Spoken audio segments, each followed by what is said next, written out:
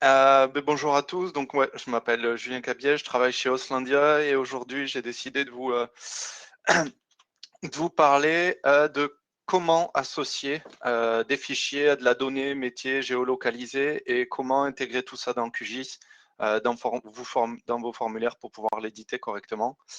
Pour préciser un petit peu la problématique, en fait, c'est on a pas mal de clients qui viennent nous voir et qui nous disent on a notre modèle de données en base de données correctement modélisé et les utilisateurs ils y sont habitués, ils l'éditent au travers de QGIS, mais on souhaiterait associer, lier des documents à cette donnée et on aimerait savoir comment faire.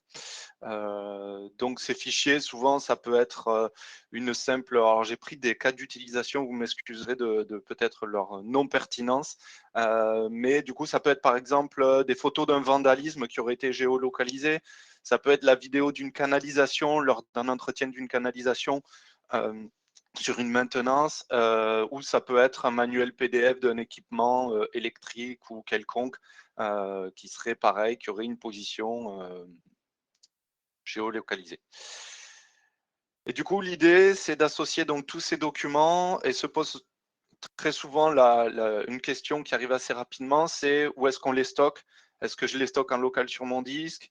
Est-ce que je les stocke sur un répertoire partagé? Parce qu'en local sur mon disque, ça veut dire que je suis le seul à travailler sur ma donnée, ce qui est rarement le cas au sein des structures. Ou alors, est-ce que je fais appel à un outil externe donc, j'ai nommé GED, gestionnaire électronique des documents, donc des outils qui portent le doux nom que vous connaissez peut-être de Nextcloud, Pidio, SharePoint, ce genre de choses.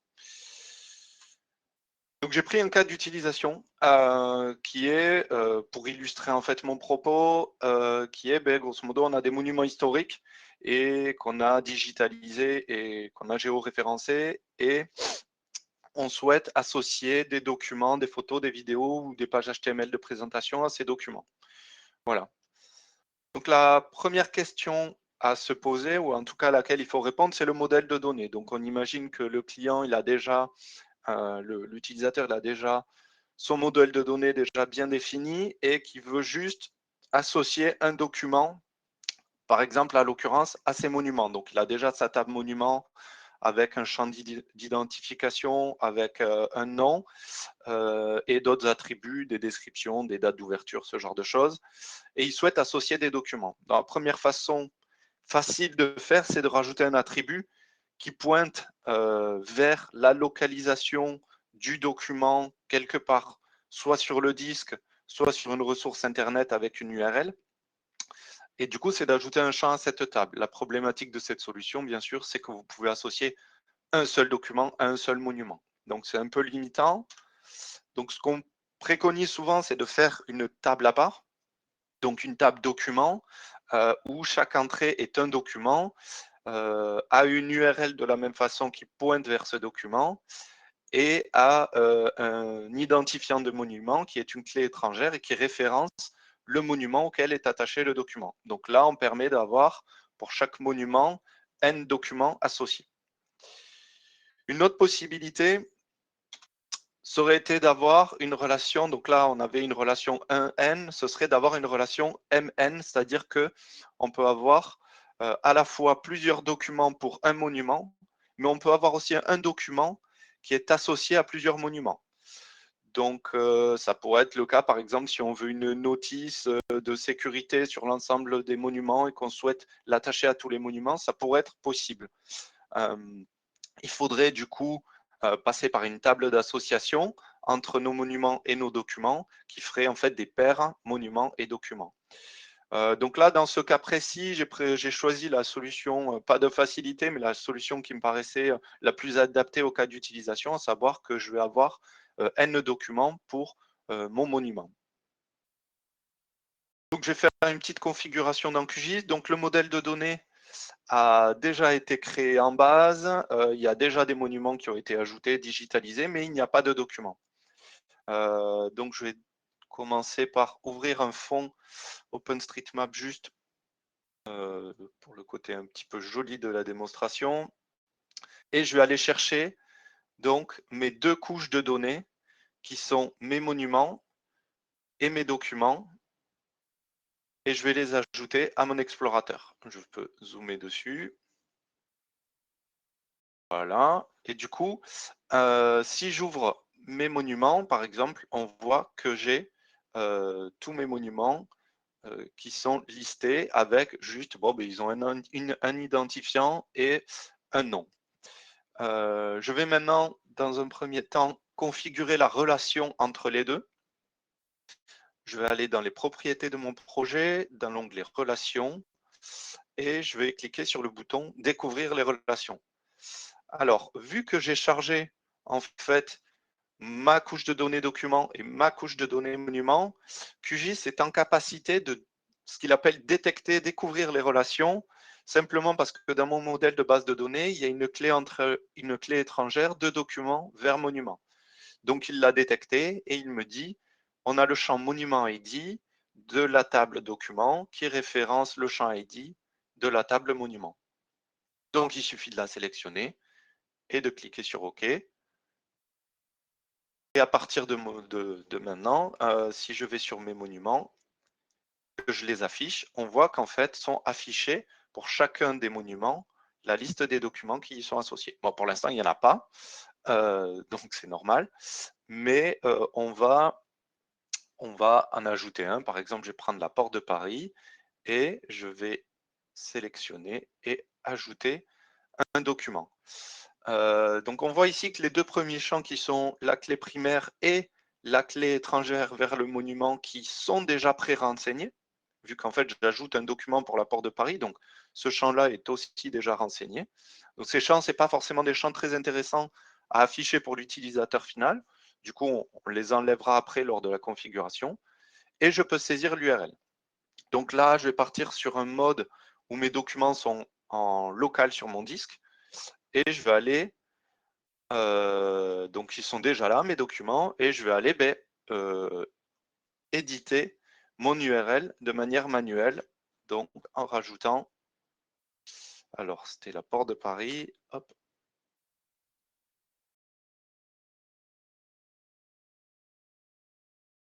Et voilà.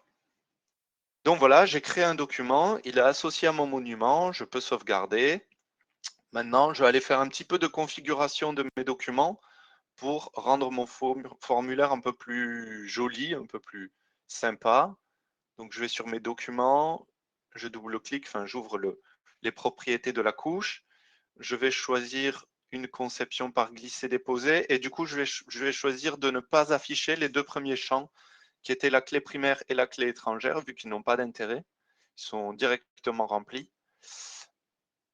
Et je vais ensuite éditer mon URL et je vais choisir ici dans la liste des propriétés d'utiliser le formulaire, le widget, qu'on appelle le widget pièce jointe. Donc je choisis pièce jointe et je vais choisir un visualisateur. Donc on voit un visualisateur de documents internes qui permet d'avoir un rendu de documents et je vais choisir le visualiseur image. Je vais faire appliquer. Donc voilà. Et normalement, si je vais sur mes documents, que je vais sur la porte de Paris, voilà, j'ai mon image qui s'affiche directement dans mon formulaire. Donc voilà, ça c'est la première configuration de base avec des fichiers qui sont stockés en local sur mon disque. Je peux maintenant, en fait, la question que je me pose, en fait, c'est est-ce que vraiment stocker ces fichiers en local sur son disque, c'est pertinent dans un environnement où je contribue, où je collabore éventuellement avec d'autres collègues à éditer la donnée? Alors, forcément, non. Donc, la première solution que vous pouvez mettre en œuvre, c'est un partage réseau. Donc, vous allez monter soit avec du Samba, soit avec du NFS, un répertoire réseau. Tout le monde va ouvrir ce répertoire réseau au même endroit, dans le même point de montage. Donc, par exemple, si vous êtes sous Windows, vous allez faire une règle. Vous allez dire tout le monde monte les documents dans Z2 points et tous les chemins devront être édités à partir de Z2 points. Donc, ça, c'est une première solution qui fonctionne, mais qui présente certains désavantages. Notamment si vous souhaitez partager en externe ces documents. Alors, tant que vous êtes en interne dans la structure sur votre réseau local, ça va être top. Si vous êtes chez vous en télétravail ou vous êtes autre part, eh bien, ça va être un peu plus compliqué. Il va falloir passer par des VPN pour accéder au répertoire partagé. C'est plus difficile à configurer. Et c'est là qu'une GED, une gestion électronique des documents, peut être intéressante. Ça facilite le partage, notamment en externe, des données. Ça apporte plein d'autres choses aussi. Ça apporte une édition des métadonnées. On peut ajouter des commentaires sur les fichiers. Ça peut gérer du versionnage pour certains outils des différents documents. Voilà, et c'est privilégié par certains DSI de manière à centraliser la gestion, les documents de la société. Donc, je vais essayer maintenant d'intégrer ça à l'intérieur de QGIS. Alors, il se trouve que j'ai il se trouve que j'ai installé un Nextcloud chez moi sur une Raspberry Pi dans mon salon, connecté sur Internet et ouverte donc sur le domaine qui s'appelle tropa.net/Nextcloud. Donc tout ça passe par Internet. Je m'excuse déjà pour les problèmes de réseau que ça peut éventuellement être un peu plus lent que dans mes démos préalables. Du coup, donc comment ça se présente Nextcloud? Nextcloud, ça fait beaucoup de choses. Je vais juste m'attacher à la partie File Hosting Service, l'hébergement de fichiers. Donc là, en fait, vous voyez un répertoire principal avec des sous-répertoires et des fichiers. Donc c'est exactement comme un système de fichiers classique, sauf qu'il est sur un serveur avec une gestion des documents un peu plus poussée qu'un répertoire classique. Donc je vais me créer un dossier. Je vais appeler QGIS User Day. Et je vais aller dedans. Et du coup, tous les fichiers qui seront stockés ici, qui seront poussés, que je vais configurer mon QGIS, et tous les fichiers qui seront poussés dans ce répertoire. Il y a quelque chose d'intéressant dans Nextcloud, c'est qu'ici, on peut récupérer l'URL WebDAV. Le WebDAV, en fait, c'est juste un protocole HTTP qui va nous permettre de nous interfacer avec ce genre de plateforme. Donc, c'est un protocole standard HTTP. La plupart des outils de GED le proposent. Nextcloud, PDO, SharePoint ont une interface WebDAV. Donc, il suffit juste de récupérer cette espèce d'entry point, de point d'accès WebDAV et de l'ajouter dans QGIS pour pouvoir communiquer avec mon Nextcloud. Donc, je vais aller là-dedans. Je vais aller dans mes documents. Je vais éditer les propriétés dans mon URL. Et donc, du coup, au lieu de choisir le type de stockage Select Existing File, c'est-à-dire un fichier qui existe déjà, juste une modification d'URL, je vais choisir un stockage WebDAV. Je vais ensuite copier-coller l'URL que j'ai récupéré, donc qui est mon point d'entrée WebDAV, qui est en fait la store URL, l'URL utilisée pour le stockage, et je vais lui préciser, j'espère que je ne me suis pas trompé dans QGIS User Day, je vais préciser le répertoire. Alors on finit par un slash pour lui dire que c'est un répertoire, mais il faut savoir, sans pousser l'explication, il faut savoir qu'on peut aussi configurer via la valeur définie par les données, l'URL qui est utilisée pour pousser chaque fichier selon si on veut les mettre dans des répertoires différents, les renommer ou ce genre de choses. Je configure mon authentification. Alors, je l'ai déjà configuré au préalable. Pour Nextcloud, c'est une configuration classique d'authentification par login et mot de passe. Et puis, voilà. Qu'est-ce que je vais pouvoir configurer d'autre? Juste quelques trucs esthétiques. Je vais utiliser un hyperlien pour le chemin du document. Et je vais choisir un visualisateur web juste pour vous montrer qu'on peut aussi afficher d'autres documents que simplement des images. Et je reviens dans mes documents et quand j'ouvre le document, alors c'était Port de Paris, j'ai une erreur. J'ai une erreur parce qu'il me dit le document, je ne le trouve pas, ce qui est normal vu que l'URL que j'y ai donné tout à l'heure, c'était une URL en local sur mon disque. Du coup, s'il la cherche dans Nextcloud, il ne va pas la trouver. Donc, je vais la nettoyer et je vais repousser le fichier, modifier le fichier, juste en drag and dropant le fichier sur mon document. Le fichier est envoyé vers Nextcloud, donc là il est poussé, il est uploadé, il est stocké dans Nextcloud et là, il est en train de le récupérer et il est affiché. Donc là, si je viens dans mon Nextcloud, je vois que normalement, le fichier a été ajouté. Arrive. Si j'affiche les détails, voilà. Ce qu'on voit donc sur un document dans Nextcloud, on peut voir donc, une prévisualisation, on peut voir son activité, celui qui l'a créé, modifié. Comme je le disais, on peut ajouter des commentaires. Bon, là, il n'y a pas de commentaires. On peut le partager. Donc, on peut le partager avec d'autres gens à l'intérieur de la structure, mais on peut aussi faire des liens protégés par un mot de passe si on veut le protéger avec des gens qui ne sont pas dans ce Nextcloud. Et il y a une gestion des versions. Voilà, c'est la première version, donc il n'y a pas vraiment d'autres versions du document. Donc voilà, qu'est-ce que je voulais souhaiter vous montrer d'autre? Donc du coup, voilà, on peut ensuite, au lieu d'ajouter que des monuments, on peut aussi, par exemple, ajouter de l'HTML, par exemple, si on souhaite. Voilà. Donc là, j'ajoute un nouveau document. Il est uploadé vers mon Nextcloud. Il faut attendre un peu. Voilà, il est affiché. Et du coup, si je fais OK, il est bien ajouté dans mon QGIS et associé à mon monument. Et on peut aussi ajouter des GIFs, alors des vidéos. Alors, par contre, si je fais ça, ça ne va pas marcher. Faut, hop, tac. Donc, chambre de commerce. Donc, j'ajoute un nouveau document. Et là, du coup, j'ajoute le GIF. Donc là, il est envoyé encore une fois vers mon Nextcloud. On va attendre qu'il soit récupéré. Et voilà.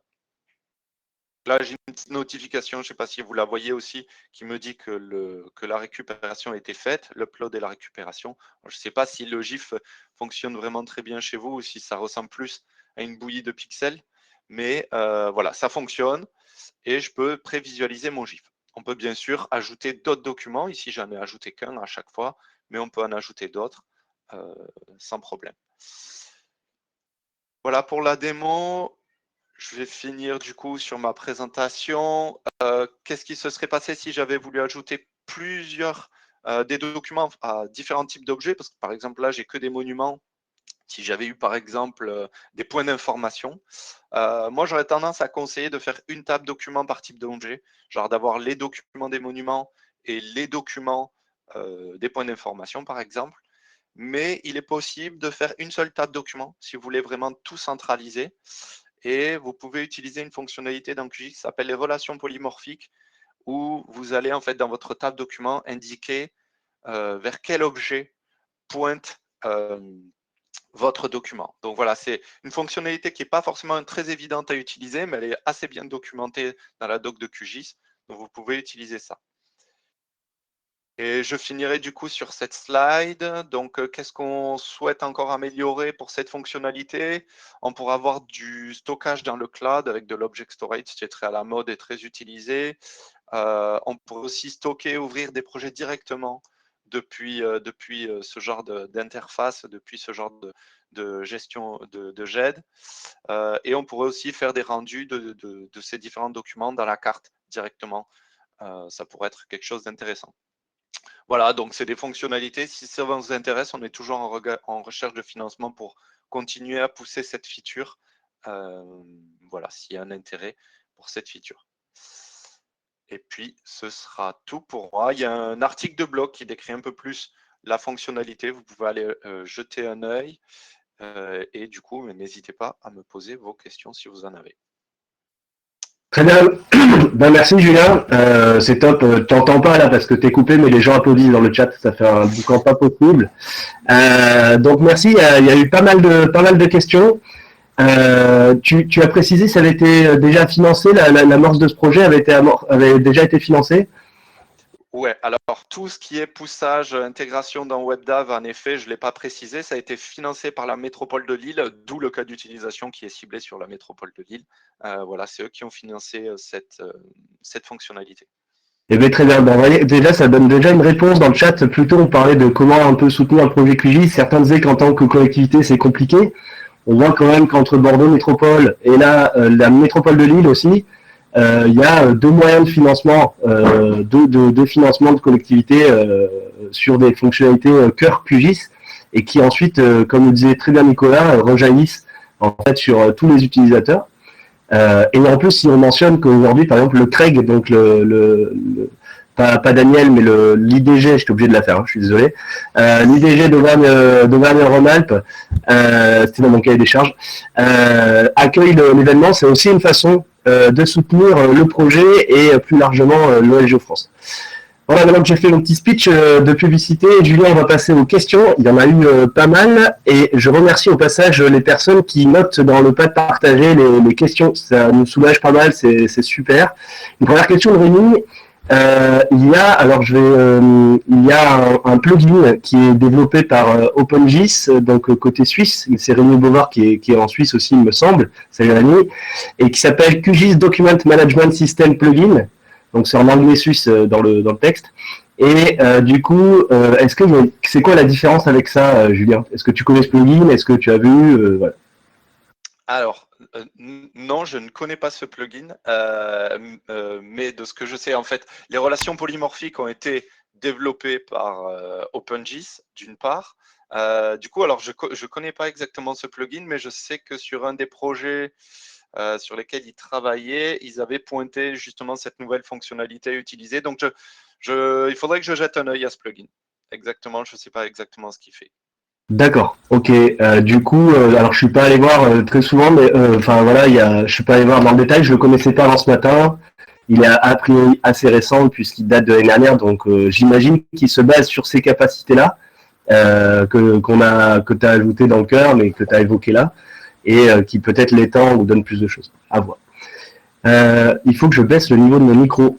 C'est une excellente idée, sauf que je n'ai aucune idée de comment le faire. La dernière fois que j'ai touché mes questions. du coup, hop, est-ce que ça va mieux là? Là, comme Non. ça, est plus suave. Oui, voilà. Oh, super. Une question de quelqu'un qui ne s'est pas renommé dans le chat. Alors, pour se renommer dans le chat, c'est en haut à droite, n'est-ce pas? Inspiring Lichterman, qui est effectivement très inspirant comme personne. Si on crée un monument, peut-on ajouter directement un document avant la validation de la table attributaire? Autrement dit, la relation peut-elle récupérer un ID d'un polygone en cours de création? Il me semble. Julien, votre réponse. Super bingo? Ça veut dire que ajouter un document sur un monument qui n'existerait pas encore ou qu'on est en train de créer.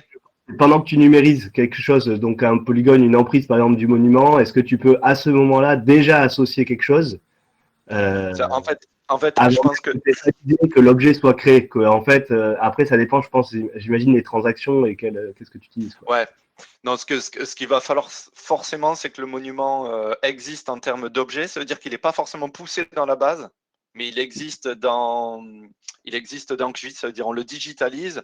Il n'est pas poussé dans la base. Et là, on peut associer un document. Oui, ça marche. Il faut faire attention. Il y a une option. Il y a quelque chose justement sur lequel travaille OpenGIS, je crois, de base, sur les bufferets de transaction, les bufferets d'editing, qui devrait régler ce problème. Mais quand vous faites ça, quand vous faites une relation et que vous n'avez pas encore poussé dans la base, ce qui n'est pas le cas dans ma démo, moi j'avais un cas simple, c'est qu'il faut activer une option qui s'appelle, je ne sais plus quoi, il faut que, je ne l'ai plus, mais en tout cas, il y a une option à activer, je la remettrai dans le chat, qui permet en fait, ce qui se passe en fait, c'est que l'association, pour ce faire, il faut que l'ID du monument existe et ait été créé en base. Donc, soit il faut activer les transactions, soit il faut le faire il faut évaluer l'ID, évaluer les champs par défaut directement dans la base, ce genre de choses. Je ne sais plus exactement comment ça s'appelle l'option. Sinon, en effet, cette relation ne marchera pas. Ok, une dernière question pour la route. Est-ce que ça gère les conflits de noms de documents? Très bonne question. Alors, je dirais de base, ce qui se passe dans le protocole WebDAV, si on pousse un document qui a le même nom, il est écrasé de base, si je ne dis pas de bêtises. crois qu'il est écrasé. Donc, du coup, ce qui se passe, si vous gérez le même nom de document, ça risque de l'écraser. Je ne pense pas qu'il y ait une erreur. Et encore que ça, à mon avis, ça peut aussi se configurer côté serveur. Il est possible que ce soit une option WebDAV. Ok, eh ben super. Merci beaucoup, Julien. Merci aux personnes qui ont posé des questions. Tu essaieras peut-être de répondre à certaines autres dans le chat, sinon dans le pad partagé. Et puis, Ouais. du coup, c'est le moment de passer à Paul Blotière qui